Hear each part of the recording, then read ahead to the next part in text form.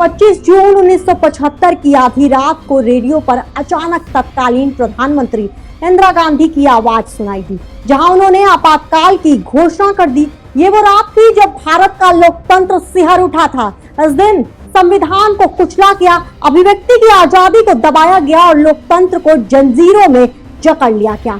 नमस्कार, मैं हूं यशस्वी और आप देखना शुरू कर चुके हैं आज की खबर। करीब 21 महीने भारत ने आपातकाल का कठिन समय देखा। कहते हैं राष्ट्रपति फखरुद्दीन अली अहमद ने संविधान के अनुच्छेद 352 के तहत उनकी सलाह पर यह कदम उठाया था।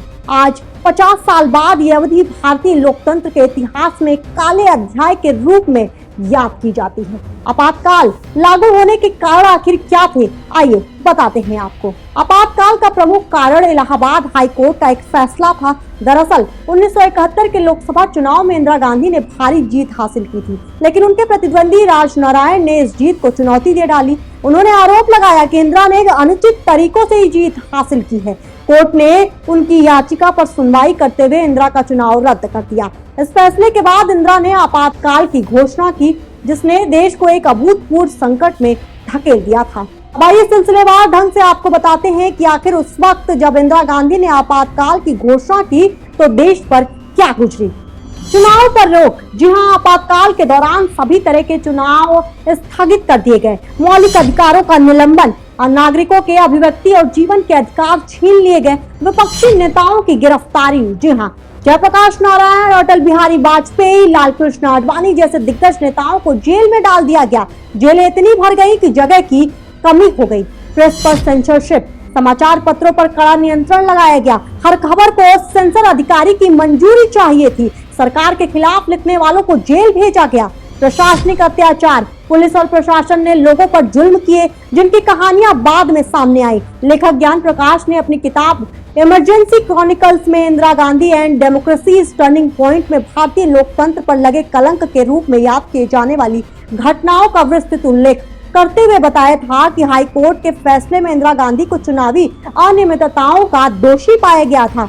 इससे इंदिरा गांधी के नेतृत्व वाली कांग्रेस सरकार के खिलाफ सार्वजनिक असंतोष बढ़ गया। ये असंतोष अत्यधिक महंगाई, आवश्यक वस्तुओं की कमी और जड़ अर्थव्यवस्था के कारण बने थे, जो 1971 में पाकिस्तान के खिलाफ युद्ध के प्रभाव से जूझ रही थी। गुजरात में चिमन भाई पटेल के खिलाफ नव निर्माण आंदोलन और बिहार में जयप्रकाश नारायण के नेतृत्व में युवाओं का आंदोलन तेज हो गया। इंदिरा गांधी ने हाईकोर्ट के फैसले के खिलाफ अपील की और 24 जून 1975 को सुप्रीम कोर्ट से शर्तों के साथ उनको राहत मिली। इसके तहत उन्हें प्रधानमंत्री के रूप में कामकाज जारी रखने की अनुमति तो मिली, लेकिन उनसे संसद में मतदान का अधिकार छीन लिया गया। आपातकाल की घोषणा से स्वतंत्रता समेत सभी मौलिक अधिकारों, सभा के अधिकारों को निलंबित कर दिया गया। प्रेस पर पूरे तौर पर सेंसरशिप लागू की गई। न्यायपालिका की कार्यकारी कार्यवाही की समीक्षा की शक्ति को भी सीमित कर दिया गया। सभी लोकतांत्रिक परंपराओं का हनन करते हुए जयप्रकाश नारायण, लालकृष्ण आडवाणी, अटल बिहारी वाजपेयी समेत विपक्षी नेताओं की गिरफ्तारी का आदेश दिया गया। संजय गांधी के कुख्यात नसबंदी अभियान के तहत जनसंख्या नियंत्रण के नाम पर गरीब और हाशिए पर रहने वाले समुदायों के लाखों पुरुषों की जबरन नसबंदी की गई। अचानक लागू किया गया आपातकाल भी लगभग उसी तरीके से समाप्त हुआ जब इंदिरा गांधी ने 18 जनवरी 1977 को चुनाव और राजनीतिक कैदियों की रिहाई का आह्वान किया।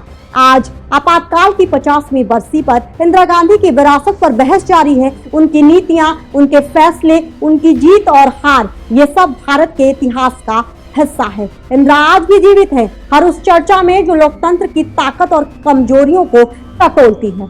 इमरजेंसी की इस कहानी में आपको क्या कुछ कहना है, ये कहानी आपको कैसी लगी, कमेंट के माध्यम से जरूर बताइए और देखते रहिए अहम खबरों के लिए आज की खबर।